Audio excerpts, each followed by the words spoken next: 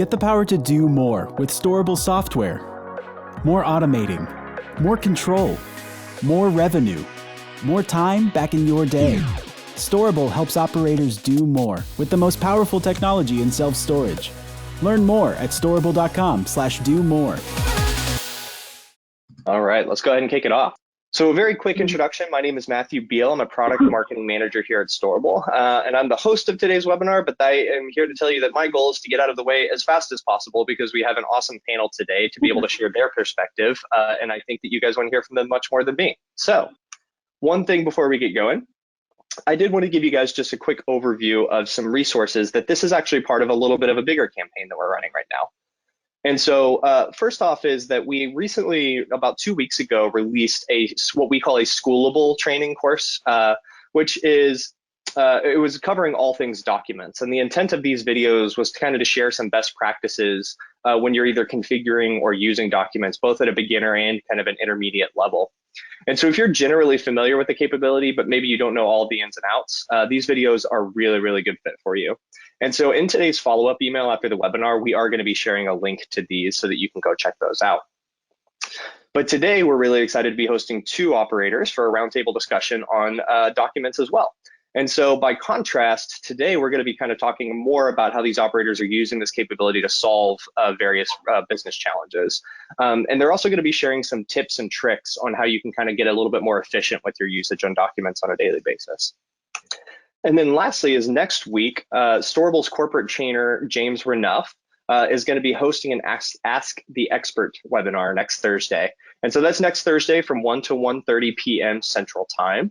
And if you hear anything that our panelists mentioned today that you think is interesting and you're not sure how to configure it or use it exactly how they're describing, I'd recommend you go ahead and jot that down and bring that question to this webinar next week. James is an expert in all things storEDGE, and so he'll be able to help answer those questions and kind of walk you through how to either configure or use these things live. But as I mentioned before, I want to jump right into today's conversation. So today's panel is going to be moderated by Danielle Tai, the product manager for storEDGE, and so I will pass it over to Danielle. So Danielle, take it away. Thank you so much, Matt. Hi, everyone. We're happy to have you here today.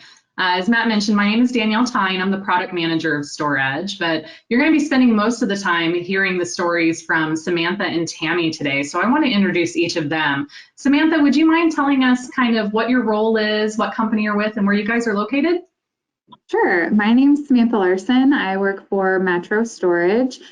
We own and operate about 140 stores across the country. We're primarily in Illinois, Florida, the kind of Northeast area, and a lot of stores in Texas and Georgia.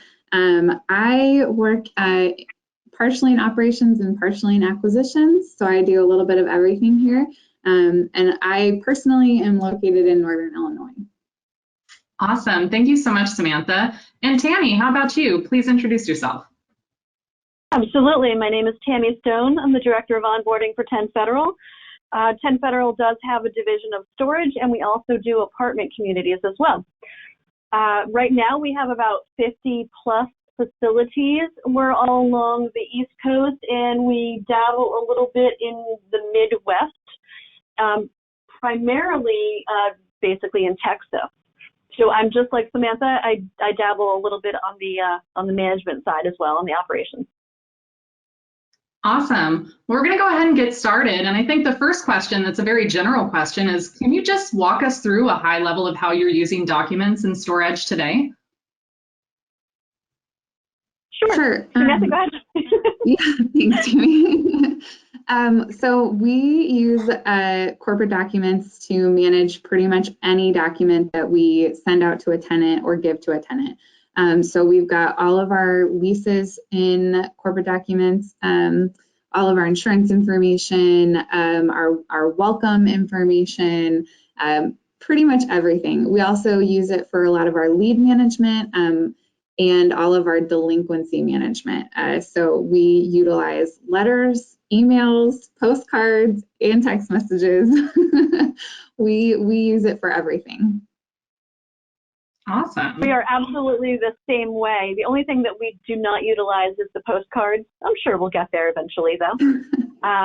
So yeah, we do the same thing, and we have our leases in there, our insurance protection plan information, any correspondence that goes out to our tenants. They're all in pre-formed letters, and then the property managers, if they need be, they go ahead and they will do an edit to it so it's specific to their facility. And then they're free to go ahead and send it out. Awesome. So if we, and I'm sure we have plenty of newer operators on the call today, can you kind of walk us through what documents you'd recommend that they prioritize building out first when they're using the document capabilities in storEDGE? Sure. One of the things that I would suggest is start small. If you're just starting out on the document side, it can look big and it can look a little overwhelming, but it's really not. It's super easy. I would start with your lease. Everybody needs a lease. All the tenants have to have that one lease there. And then you may have something that's akin to a move-in package, something that kind of describes what your storage facility does. We are primarily unmanned and fully automated. So we may have a field agent at some of our offices, but we rely on that move-in package.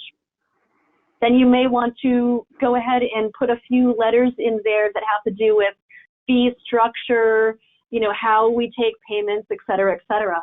And then after that, you can build in the small little letters of correspondence, but I would start with the big things such as the leases. Yeah, absolutely. I would definitely start with the lease and agree. Having a welcome package is really helpful. We like to give our tenants information on how to create an account online so they can do all of their payments online and access information about their unit online. And then, of course, in the world of COVID, we're doing a lot more contactless rentals, online rentals, and so using documents and being able to deliver those documents through email to all of our tenants has been really helpful in explaining the process of how to go get your lock and access your unit without having to interact with the manager face to face. Exactly. Yeah, that makes sense. As far as the features with inside documents, because with COVID and with our corporate docs release this past year, obviously we've become more reliant on different document types like email, for example. Do you find yourself using specific features today, maybe more than you did yesterday? I would say with COVID, we use email a lot more. Everybody's becoming more accepting of using email, and so that's been really great. But we also are using the texting a lot.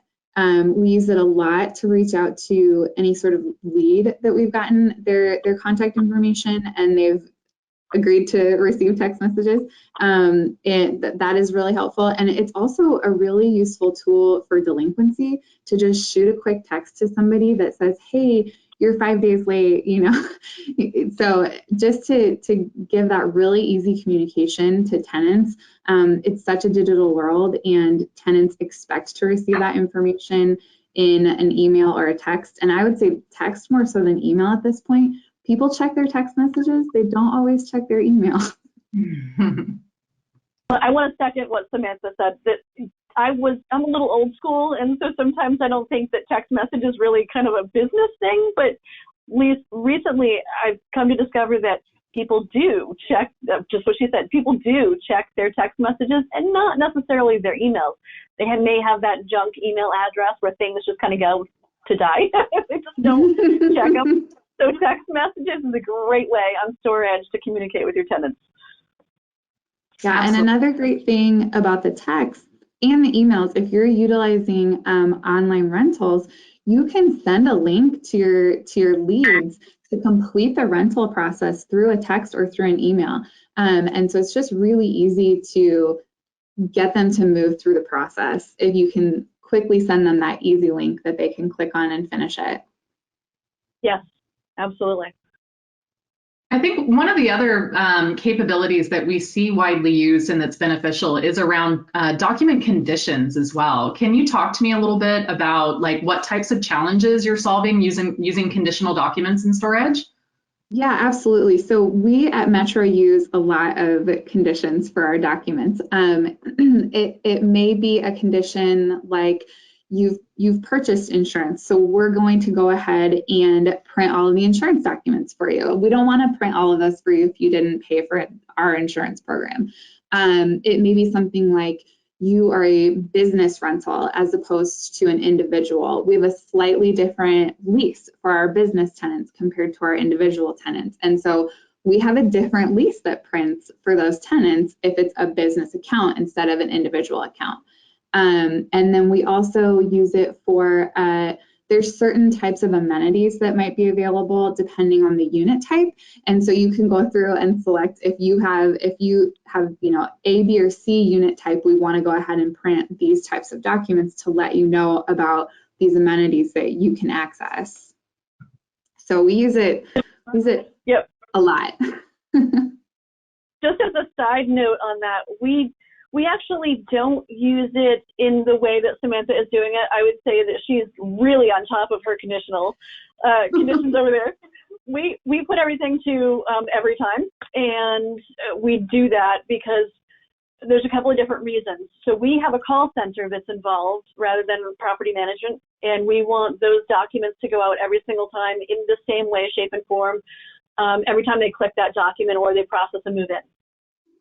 So with that being said, we want everything to be streamlined. So if you're just starting out and you only have that one or two facilities, or maybe it's just a handful, you want to start out easy and then kind of work your way into the conditional process of it. But even when you get to where you need to have a bunch of different conditions for different circumstances, it's very, very easy to go ahead and change those. Mm-hmm. It is, yeah. It's always very interesting to hear how different, you know, operators are using things like conditional documents. So thank you both for sharing that information, because obviously it's a little bit different, right? But that's okay. Yeah. Sure. Yeah, can you talk to me as well about how would you describe the impact that documents and some of the capabilities that we've released over the past couple of years have had an impact on your business? You know, we've only been with storEDGE for about a year. Yeah. It hasn't even been quite a year yet. Yeah, so for us, I think the biggest thing is the text messages and just really having that rich capability to have all of these canned text messages that are scheduled to go out automatically based on some trigger happening, you know, a lead being created, a payment not being made, things like that, where it's very standardized. There's no possibility of a manager, you know, mistyping something or just not explaining something quite right. And the timing of it is not dependent upon a person either. It's going to go out automatically based on this trigger occurring. So that's been really helpful for us because we didn't have as rich of text messaging capabilities in the past. Awesome. So we've been on storEDGE now for at least the 4+ years that I've been here, probably a little bit longer than that. And we knew what it was like before corporate documents, and I love the fact that we have the corporate documents right now. It took me a tad bit of a hot minute to get used to it, but now that I am totally used to it, I wouldn't change it. Everything is streamlined. Everything is right there. I can look and see for any particular facility exactly what documents and letters that are there. And if I need to go in and make a tweak to it, it's simply just pushing a button and just editing it right from there.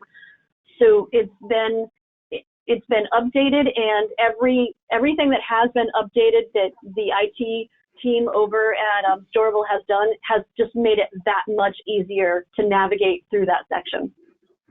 Yeah, and just piggybacking on that, you know, we were on storEDGE for, you know, a month maybe when we transitioned from the store level documents to the corporate documents.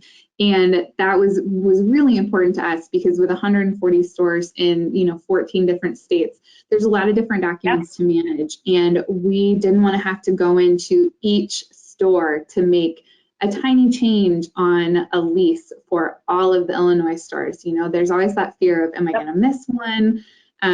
So that is really helpful, you know, and there's a lot of documents that we use that our documents are set up based on state. So, you know, there's 20 facilities in one state all using the same set of documents, and to only have to go in and change it once and it applies to all 20 states or all 20 facilities, that's really helpful. And there are a couple of documents that we use across the entire portfolio, across all 140 stores. So to make any change on any of those, it's so streamlined. You just do it once and it's going to apply to everything. So that's really helpful.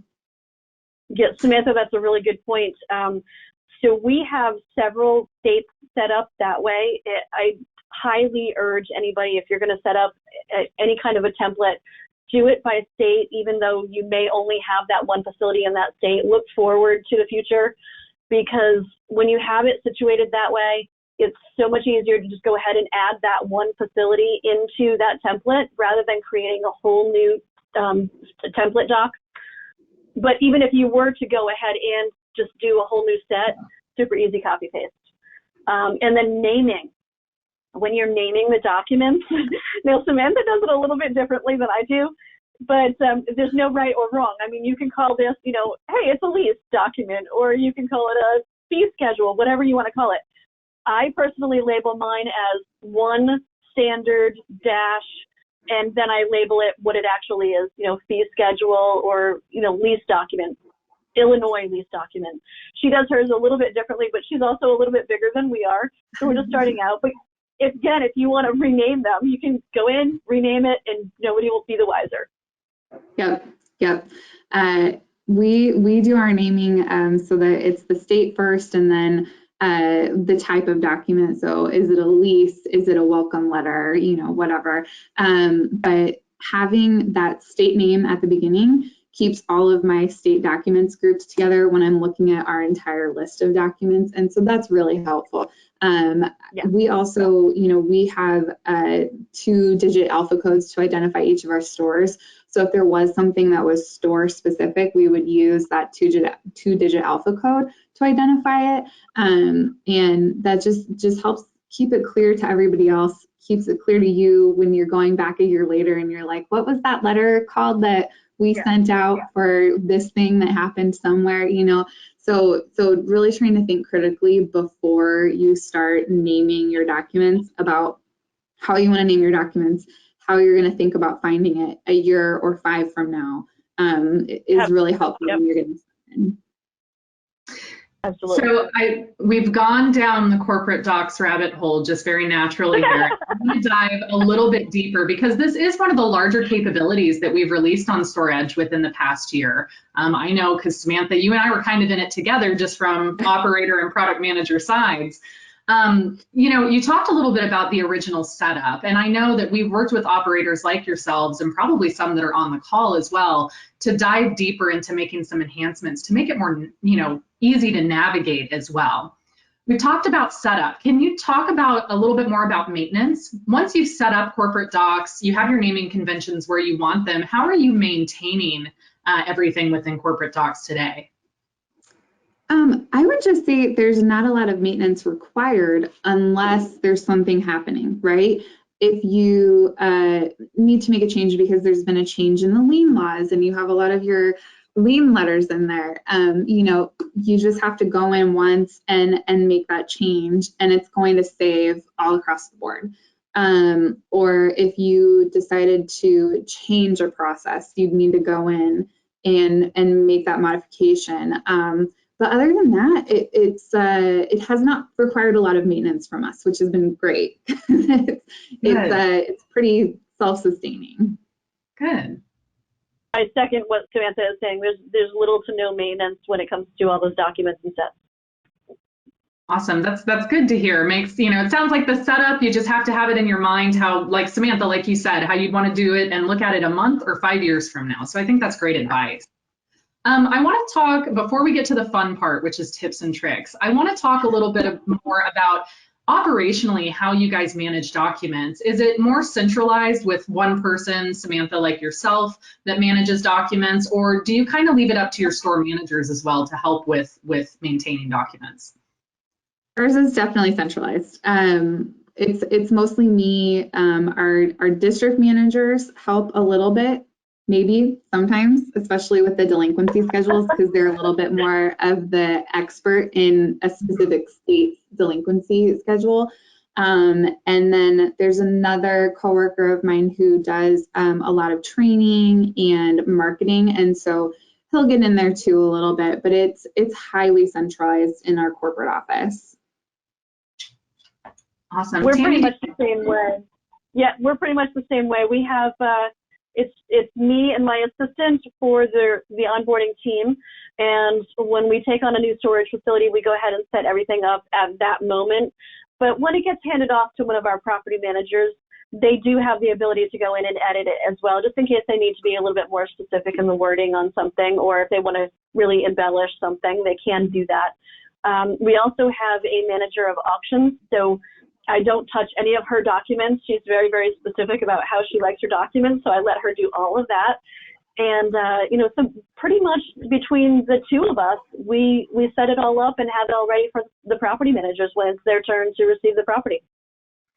And I will say, we do not give access to the property managers to change any of the corporate documents. Their access is restricted in terms of any sort of corporate documents. But as many of you probably know, the managers can do the kind of one-off ad hoc emails and text messages when they're at the store working in the system. And so they still have all of those capabilities, which are great for the one-off situations that the manager is going to be way more familiar with than I would. So they still have access to all of that. awesome. Right. I want to start kind of wrapping it up, but I want to make sure that we don't, forget, I think, the most fun question. You guys have talked about a lot of great advice that you utilize today to manage your documents. What are some other tips and tricks that maybe we haven't talked about yet that other operators should be aware of? We haven't talked too much about that switch into corporate documents. So, if you have more than one facility, when corporate documents came around, you end up with a document set for each facility. That may be how you want it, and it might just need a little bit of cleanup. It might not be how you want it. You might want it to be one set for each state, which is exactly how we were. And it kind of streamlines how many sets you have then. So you don't end up with 140 sets, you just get 14. So switching from that store level to the corporate level, I went through and did a lot of naming again to try and organize and sort all of those documents. It's tedious. It is. but totally worth it. It's tedious, but totally worth it. Yeah, absolutely. And it's not necessarily difficult. It's just a little tedious and time consuming, but once you get it done and it's all cleaned up, it's so easy to work in, and it's just a much cleaner environment. And you can delete any extraneous documents. We had a lot of documents that felt like we have duplicates now because we were using the same welcome letter across all of these, and now we have many of them. So just going through and deleting a lot of those was really helpful. And as I was going through this process, I used a lot of numbers to keep things at the top of the document list because it's sorted alphabetically. And anything that I knew I was going to delete, I put a Z in front of, so it went down to the bottom and wasn't in my field of view anymore. So that was really helpful when I was making that transition for us. Great advice. Tammy, what about you? So we actually incorporated the help of one of our interns to help with all the tediousness because I couldn't do it by myself. There was a lot of duplication in letters, but instead of pushing it, like numbering it so I could push it all the way to the bottom, I was just like, delete. And it was such a great feeling to delete all those extra documents that you just didn't need anymore. So that was very satisfying right there. But one thing that I do, and this is totally towards whether or not you have one storage facility or 500 of them. What I do for every storage facility is I go in and I create a fake unit. And that unit can be named whatever you want it to be. It can be a 1 by 1 by 1, which is non-existent, for $1. And I run all of my corporate documents as a test through that when we set up a new facility. So don't be afraid to make that fake unit. And call it whatever you want, and just run everything through that. Because I know setting up something new, such as a corporate set or a template, can be really daunting at times. But if you have that not real unit, then you can go ahead and put whatever you want through it, and you can put your email address in it to test it. So you can test the emails, you can test the SMSs, you can test even the letters. And so it's worth it in the fact that, you can even look at typos. So you're looking at it in a different way, but you can look at typos, you can look at the editing. So I would highly encourage everyone to do that fake unit. This is great advice. Thank you so much, ladies. I want to make sure we reserve at least a couple minutes at the end for any questions that have come up. And I'm going to go ahead and pass it back to Matt to help us go through those questions. Yeah, absolutely. So I think we have time for probably about 2, and then any of the other questions that came in, we will follow up with you guys after today's webinar.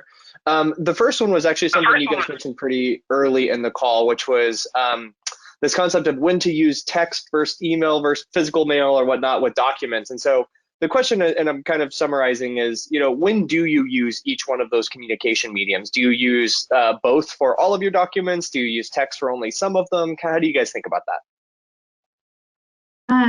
We sometimes we take a shotgun approach. We are using everything for a lot of stuff, especially delinquency, because we just really want to be careful when it comes to delinquency. So we'll often send an email and a postcard and a text message, and the manager will call. So it's a little you just want to cover all your bases on that one. But I think that email for a lot of things is really helpful. Text messages are great for kind of a reminder or a quick note, because you are more limited with your space and your formatting when you use a text message. We try to utilize postcards if we can in place of letters, because postcards are cheaper to send than letters are.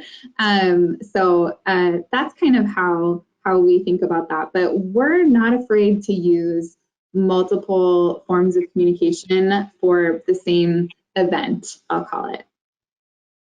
Exactly. And just to piggyback on top of that, have yourself a set of policies and procedures so that you start with one and go to the next one, and it's always the same across the board. So if you start with, the USPS snail mail that they may not get right on time, followed up with an email, followed up with a text message.